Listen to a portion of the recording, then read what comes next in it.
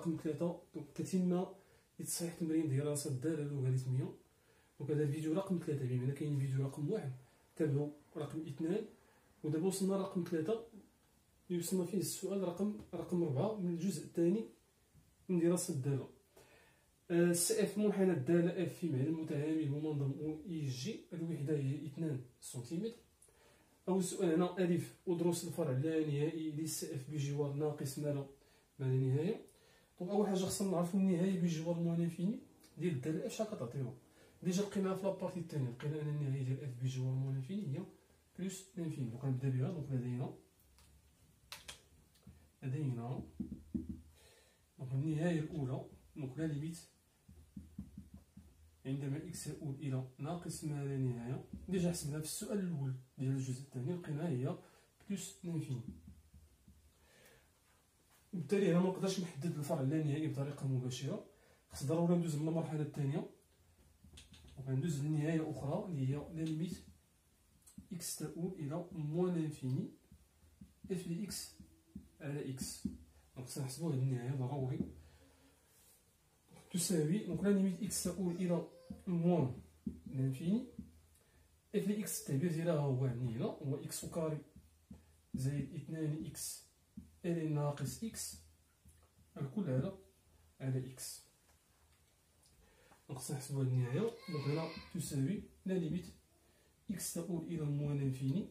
وغادي نحاول نفرق ولا نعمل نختزل باكس، نعمل هنا باكس ونختزل، ولا نفرق المجموع ديال البسط على المقام. اكس كاري على اكس هي اكس زائد 2 اكس الين غتمشي هاد اكس مع اكس ويبقى لي 2 الين ناقص اكس. دونك نحسب النهايه بطريقه مباشره نشوف واش نلقى شكل محدد او لا. النهايه ديال اكس هي ناقص ما لا نهايه جوج موجبه النهايه ديال الين ناقص اكس ناقص اكس. إلى ماذا سيؤول ناقص اكس؟ ناقص اكس ستؤول إلى زائد ما لا نهاية، يعني اكس يؤول إلى موان انفيني. والالين ديال واحد اكس كبيرة تؤول إلى زائد ما لا نهاية كتعطينا زائد ما لا نهاية. وبالتالي هنا هادو اللي عندي هنا زائد ما لا نهاية.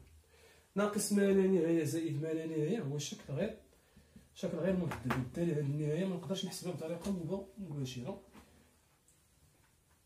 خصنا نوظفو شي طريقه لازاله الشكل غير محدد.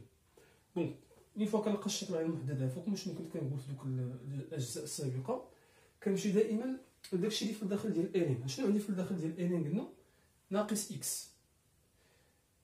اكس الى ماذا ستؤول؟ بحال هكا كنقول هاد اكس هذه تؤول الى ناقص النهايه، ولكن هاد ناقص اكس كامله الى ماذا ستؤول الى زائد ما لا نهايه. وبالتالي هنا كنحاول نرجع للنهايات المرجعيه ديال اللوغاريتم عندما اكس يؤول الى زائد ما لا نهايه. بالنسبه للنهايات دونك كاين ليميت ديال الين دو اكس بجوار زائد ما لا نهايه زائد ما لا نهايه. هذه ضمنيا راه استعملناها فاش كنا كنديرو داك الحساب المباشر. النهايه الثانيه اللي مهمه عندي هنا اكس تؤول الى زائد ما لا نهايه الين اكس على اكس تساوي صفر. وهذه هي اللي غادي نحاول نوظفها ياك، نحاول نوظف هاد النهايه هادي. ديما الا لقيت الشكل غير محدد نحاول نفكر في هاد النهايه الثانيه مزيان. بمعنى داكشي اللي عندي في الداخل ديال الين خصني نقسم عليه بحالو.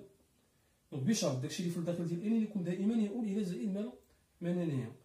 وبالتالي هنا خصني نقسم على اش؟ على ناقص اكس. وباش نقسم على ناقص اكس غادي ندير التعمير بداك ناقص اكس غادي نعمل به. دونك تساوي دونك هاد النهايه تساوي لا ليميت اكس تؤول الى ناقص ما لا نهايه. غنعمل قلنا باش غنعمل بناقص اكس ولا باكس بحال انا ناقص ولا زائد ما هناش فيه اشكال. نقدر نعمل هنا باكس باش يكون سهل التعميد. دونك غيبقى لي هنا واحد نورمالمون غيبقى لي 2 الين ناقص اكس على اكس. ماشي الا عملت بناقص الا عملت باكس عفوا ياك.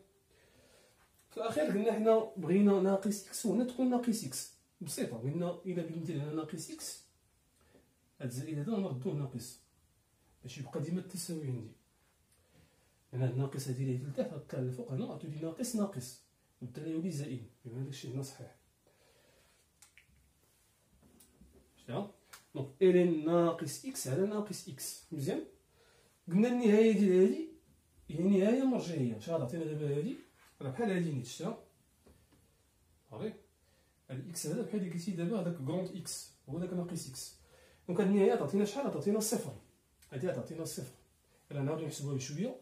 النهاية ديال إكس تعطينا النهاية ديال إكس هي ناقص ما لا نهاية ضرب واحد تابيتا ناقص جوج ضرب النهاية ديال هادي قلنا تعطينا شحال؟ صفر. واحد ناقص صفر هي واحد، وواحد إلا ضربتها في ناقص ما لا نهاية دونك غيبقى هادشي كامل هو ناقص ما لا نهاية. دونك غنمسح هادشي كامل هادشي درنا ديما في الوساخ باش كنضبط الحساب. تساوي مباشرة ناقص ما لا نهاية. دونك لا ليميت إكس تؤول إلى ناقص ما لا نهاية ديال إكس تعطينا ناقص ما لا نهاية. النهاية الثانية هي لا ليميت إكس تؤول إلى ناقص ما لا نهاية ديال إلين ناقص إكس على ناقص إكس راه كتساوي النهاية. قلنا هاد ناقص إكس هذا نعطيو قلنا واحد المتغير جديد سميه تي ولا إكس كبيرة، سميو مثلا حنا هنا تي. دونك تي تؤول إلى بلوس لانفيني، يعني إلا كان إكس يؤول إلى ناقص ما لا نهاية إلا ضربناه في ناقص غيبقى بلوس لانفيني. دونك إلين بلاص ما نكتب على ناقص إكس غنكتب دابا داك تي على تي. شتي غنتحصل على نهاية مرجعية اللي هضرت عليها في الأول اللي غتعطينا شحال؟ صفر. دونك هكا كيكون التحليل بطريقة صحيحة. إذا سي إف يقبل فرع شادة جميع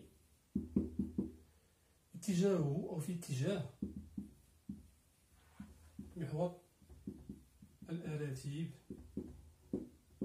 بجوار زائد مالا بجوار ناقص ما لا نهاية عفوا بجوار ناقص. نمر الآن إلى السؤال باء. بين أن السي إف يقبل نقطة انعطاف محددا إحداثيتها. دونك باش نجاوبو ديما على هاد النوع ديال الأسئلة بين أن السي إف يقبل نقطة انعطاف، اش هي الخطوة الأولى اللي كندير؟ كنحسب إف سكوند دو إكس، يعني كنحسب الدالة المشتقة الثانية للدالة إف. دائما يكون إكس من مجال إي إذا كان داك المجال إي هو مجال قابلية اشتقاق الدالة المشتقة الأولى. فاش كنحسبو الدالة المشتقة الثانية كنمرو إلى الخطوة الثانية اللي هي كنديرو فيها جدول إشارة ديك إف سكوند دو إكس. كنعطيو جدول الإشارة ديالها أو كندرسو الإشارة ديالها بصفة عامة. من بعد باش نبين أن واحد النقطة هي نقطة انعطاف خص ضروري نتحقق من أن إف سكوند دو إكس خصها تكون مالا تنعدم وتغير إشارتها عند واحد القيمة إكس صفر. دونك بتوظيف داك جدول الإشارة اللي كتلقى خصني نعرف إف سكوند دو إكس ميمتى أو شكون هي ديك النقطة أو ديك القيمة اللي كتنعدم فيها وكتغير الإشارة ديالها. إلا عرفت ديك القيمة ديال إكس زيرو راه كنقول إذن سي إف يقبل نقطة انعطاف مزيان وفصولها هو داك إكس صفر. مزيان وفصول ديالها هو إكس صفر بمعنى الإحداثيات ديالها إلا قال لك عطيني الإحداثيات إلا سمينا ديك النقطة مثلا النقطة أ غيكون عندها الأفصول هو إكس صفر والرتوب هو إف لإكس صفر.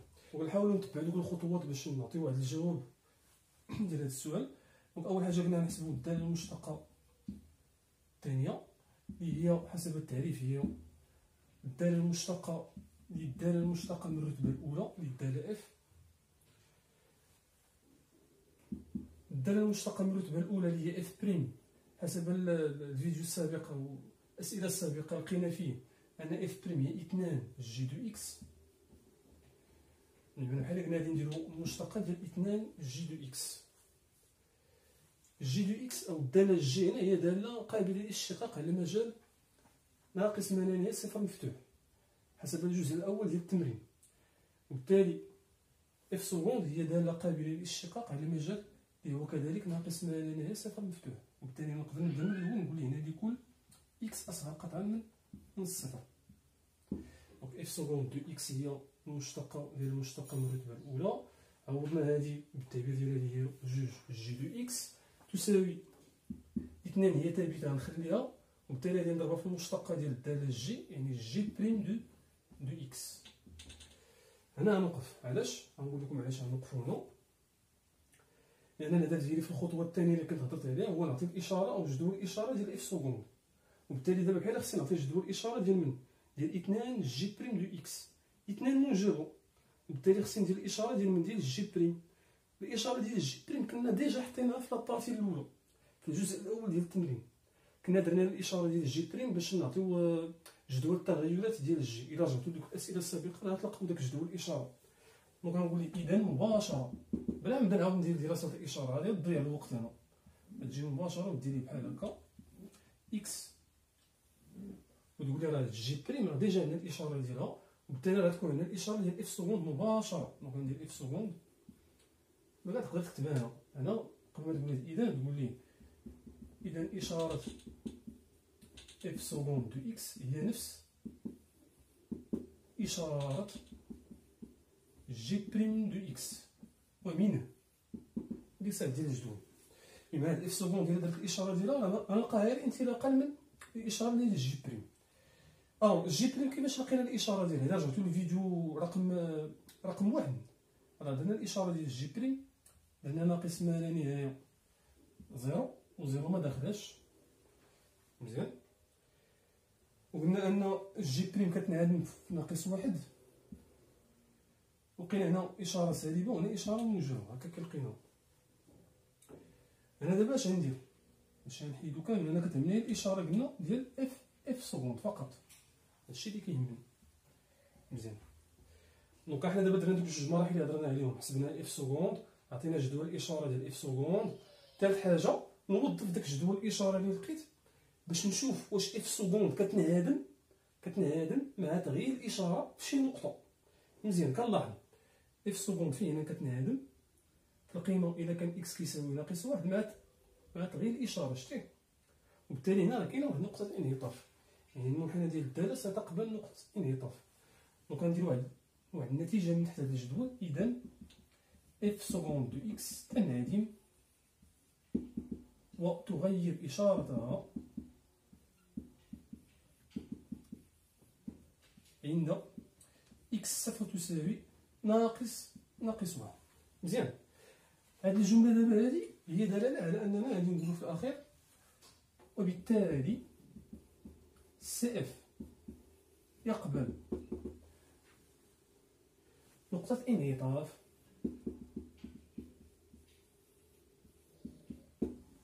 مزيان، يقبل نقطة انعطاف.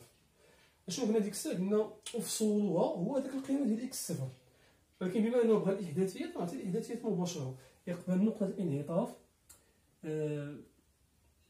نسميوها مثلا إي، ذات الأفصول غتكون هي شحال؟ ناقص واحد، والصورة أو الأرتوب هو الصورة ديال ناقص واحد بالدالة إف. عفاكم كاين اللي كيزرب هنا كيدير الصورة ديال ناقص واحد بإف سكوند، لا أنا كنرجع لإف، ياك؟ إف ديال ناقص واحد، أي ديك النقطة إي نعطيو الإحداثيات ديالها، يعني نحسبو داك الأرتوب. دونك ديك النقطة إي شكون هي؟ هي ذات الإحداثيات ناقص واحد، ونحسبو الصورة ديال ناقص واحد. الصورة ديال ناقص واحد نرجعو هنا نحسبوها هنا، نحسبوها هنا، ياك؟ دونك شنو غنلقاو في إف ديال ناقص واحد؟ إف ديال ناقص واحد تساوي، دونك ناقص واحد على كل أس 2 هي واحد، زائد جوج في ناقص واحد هي ناقص 2 إلين ناقص واحد، بمعنى إلين واحد. إلين واحد هي زيرو، دونك في الأخير غتبقى لي هنا غتبقى لي واحد، وبالتالي الأرتوب ديال هذيك نقطة الانعطاف هو واحد. دونك ندوزو إلى آخر سؤال، جيم أنشئ سي إف. دونك في المعطيات عطانا بعد المتهامين المنظم أو إي جي. مزيان، الوحدة قال لي هو خذ 2 سنتيمتر، بمعنى حاول في الرسم خذ 2 سنتيمتر باش يعاونك في الرسم. في المنحنى قبل ما نبدا أول حاجة كناخذها بعين الاعتبار هي مجموعة التعريف، لأن مجموعة التعريف هي اللي كتبين لك هذاك الرسم فين تاخذو بعين الاعتبار. شكون هما دوك المجالات اللي خص يكون عندي الدالة مرسومة فيهم؟ دونك هذا ناقص ما لا نهاية زيرو، بمعنى الدالة خصها تكون مرسومة من ناقص ما لا نهاية حتى لصفر، وصفر داخل، ياك؟ بما ان صفر داخل هنا خصنا نعرف القيمه ديال اف لي صفر. اف لي صفر هي صفر، بمعنى النقطه ديال الاحداثيه صفر صفر تنتمي الى السي اف اللي هي او، بمعنى هاد النقطه هادي راه كتنتمي للمنحنى ديال الداله، وبعباره اخرى كتجي من المون انفيني وكتسالي بهاد النقطه هي كتسالي ب او. مزيان. حنا دابا مجموع التعريف الداله تكون مرسومه لحد هنا، بمعنى من 0 بلس انفيني ما كاينش المنحنى ديال الداله. من بعد احسن حاجه كنديرو هي انني كنعاود نهز الورقه اللي فيها الاسئله ديال التمرين كامل وكنمشي معاهم سؤال بسؤال.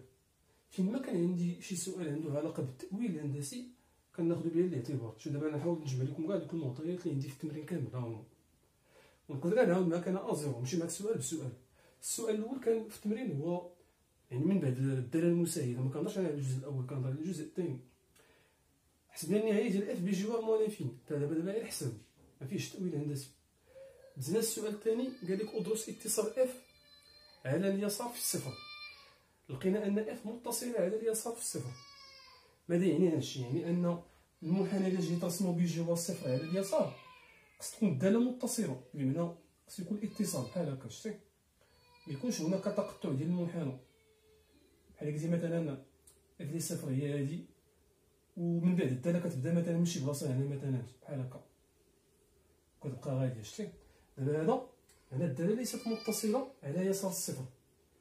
شتي يعني فاش كترسم كتجيب هذا لهنا عاد كتهز يديك عاد كتقول لي الصوره ديال زيرو هي زيرو. شتي هنا ما كاينش اتصال، ولكن بما اننا لقينا ان الداله متصله بمعنى غتكون جايه مثلا وكتسالي بينهم صافي. هذا هو المعنى ديالها. درسنا قابليه الاشتقاق وعطينا التاويل الهندسي ديالها مزيان، اللي هو ان السي اف يقبل نصف مماس عمودي عند النقطه او موجه نحو الاعلى. نصف مماس عمودي ها هو، نصف مماس عمودي عند النقطه او موجه نحو الاعلى. يعني هذا دابا هادشي دابا اللي كاين هنا، هذاك التاويل الهندسي اللي لقيت هنا سقطو هنا، يعني كيبان ليا في الرسم. ندوزو للسؤال الاخر. جا السؤال الاخر قال لك احسب اف بريم واحد جدول التغيرات. ها هو جدول التغيرات حتى هو مهم كناخذو به الاعتبار ياك باش نعرف الداله رسمها. الرتبه ديالها هنا هي انها تناقصيه على مجال التعريف ديالها، ماشي مثلا انا نرسم الداله ونلقاها ديالها بحال هكا مثلا. انا هذا الداله تزايديه ثم تناقصيه التزايديه، هادشي ما كيتماشاش مع النتيجه اللي لقيت هنا. مزيان. دونك الداله خصها تكون تناقصيه قطعا على مجال التعريف ديالها. من بعد جا السؤال الموالي اللي هو ودروس الفرع اللانهائي بجوار موان انفيني. مزيان. الفرع اللانهائي مهمين. لقينا ان السي اف يقبل الفرع شال جيمي اتجاهه محور الاراتي بجوار موان انفيني. مزيان. هذا ناخذ به الاعتبار، بمعنى اذا كان اكس يؤول الى موان انفيني يعني ياخذ قيم اصغر فاصغر وسالبه، خصني نلاحظ ان المنحنى ديال الداله اش كيطرى ليه.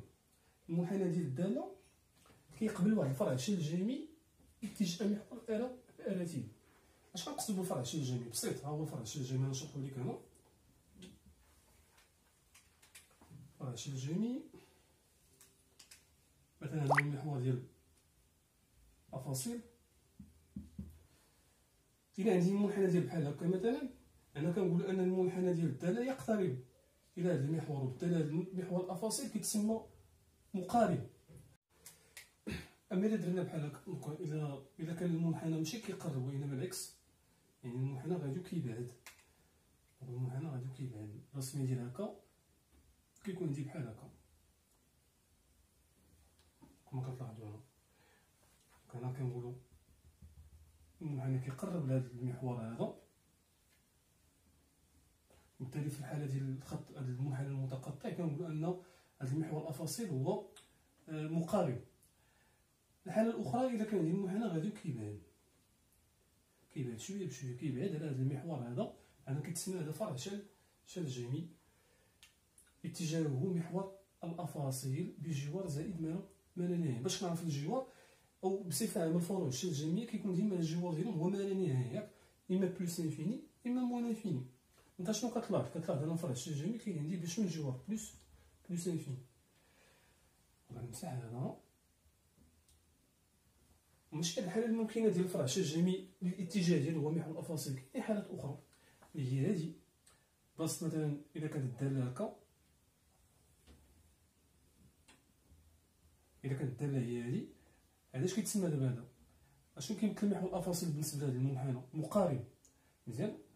الو باش يكون هنا فرع شبه جامي ماشي يقرب، وانما خصو يكون المنحنى غادي كيبعد بحال هكا. شتي؟ دونك هذا دابا فرع شبه جامي اتجاه محور الافاصيل فاش من جهه بلس انفيني. دونك حد ما اكس يؤول الى زائد ما لا نهايه، المنحنى ديال الداله غادي كيبعد على هذا المحور هذا اللي هو محور افاصيل. دونك بغينا نديرو نفس القضيه بجوار المنافيني، يعني نهضرو على الفرع الشجامي الاتجاه ديالو هو محور الافاصيل بجوار المنافيني، كيكون المنحنى يكون بحال هكا. نحاول نشرحو بطريقه بسيطه باش تعقلوا اليوم وصافي. او اكس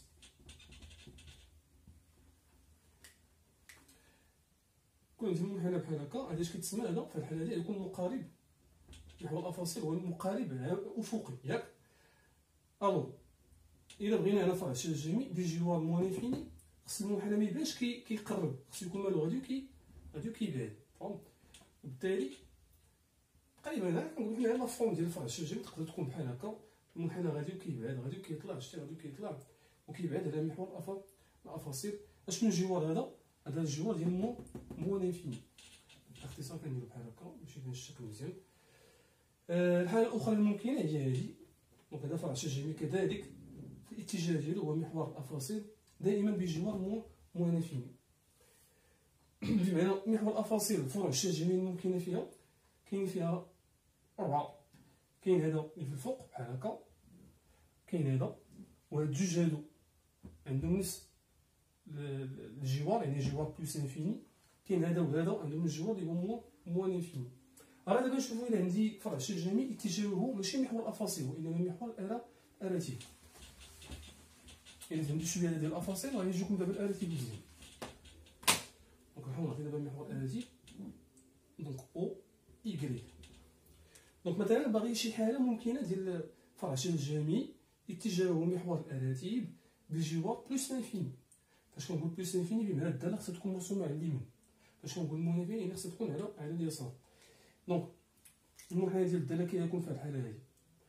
دونك الا كان عندي بحال هذا هكا غنقولوا ان محور الاراتيب هو كيلعب الدور ديال المستقيم مقارب.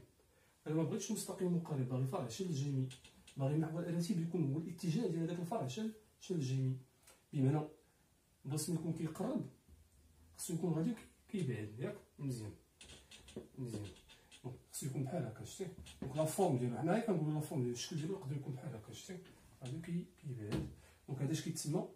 هذا دابا فرع شجامي الاتجاه ديالو فين؟ محور الاراتيب، يعني على من كيبعد على هذا المحور اللي هو محور الاراتيب فاش من جوار بجوار بلوس لانفيني. دونك حد ما اكس كنعطي قيم اكبر فاكبر وموجبه، المنحنى ديال الداله غادي كيدير بحال هكا، شتي؟ غادي كيطلع. دونك هادو هما الحالات. الحاله الاولى الممكنه. كاينه حاله اخرى بجوار بلوس انفيني الاتجاه ديالها هو محور الاراتيب هو هذا، شتي؟ هذا راه فرع شجامي هو كيبعد على محور الاراتيب بجوار بلوس انفيني. فرع شجامي باتجاه محور الاراتيب دائما بجوار منافين غادي يكون هاد الجهه هادي، او يقدر يكون بحال هكا. هادو هما الحالات الممكنه ديال فرع شجامي اتجاه محور الاراتيب. في التمرين راه كتكون عندك شي حاله من هاد الحالات على حسب انت داك الدراسه اللي لقيتي في التمرين. ونحاول نسقسو هادشي هنا في التمرين ديالنا.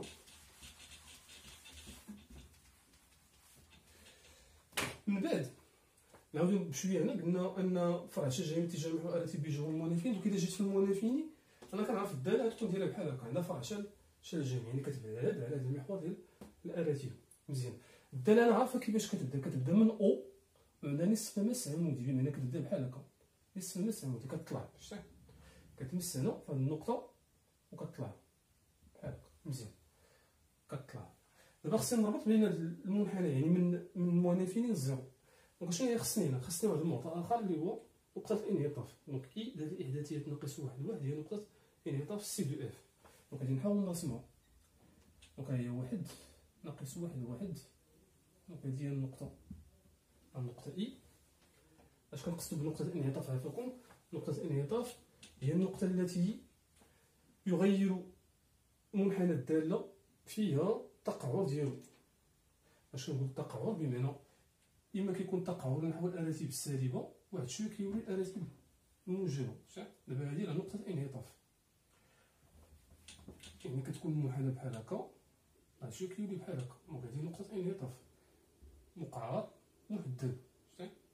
ولا العكس يقدر يكون داير بحال هكا، واحد شويه كيولي بحال هكا، دونك هذه نقطه الانعطاف. وكنقولوا هنا ان السقف كيقبل واحد ممس كيخترقوا. الا جا نرسمو مثلا الممس في هذه النقطه، نلقى هذاك الممس كيخترق المنحنى ديال الداله. بلا ما ندخلو في التفاصيل، ديما الا قال لك هذه هي نقطه الانعطاف، باش كتكون كترسم الداله كتغير لها التقعر في ديك النقطه، كتشوف لتحت واحد شويه كتشوف للفوق، ولا العكس كتشوف للفوق واحد شويه كتشوف لتحت. نوضو بين هاد، ندوزو دابا هاد المنحنى من هاد النقطه هي نقطه الانعطاف. دونك الداله هنا غتكون عندي الداله مقعر، المنحنى مقعر بحال هكا، شتي يجي بحال هكا، واحد شويه غيتغير داك التقعر، هنا كتشوف لتحت واحد شويه تشوف للفوق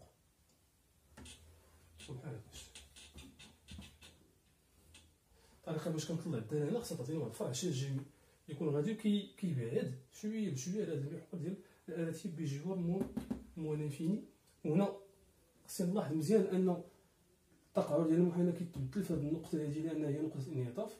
وكون قال لي مثلا نرسم الممس في هذه النقطه غيجيني حسمي، وكون جينا نرسم الممس في هذه النقطه غنلقى انا داك الممس كيخترق المنحنى ديال الداله في هذه النقطه هذه، كيخترقها. وحتى داك الوضع النسبي كيكون مبدل، الداله كتكون هنا في التحت ديال داك الممس، وهنا كتكون في الفوق بحال هكا. شتي دونك هذا هو الرسم في الحاله ديال الداله اللي عندي في التمرين.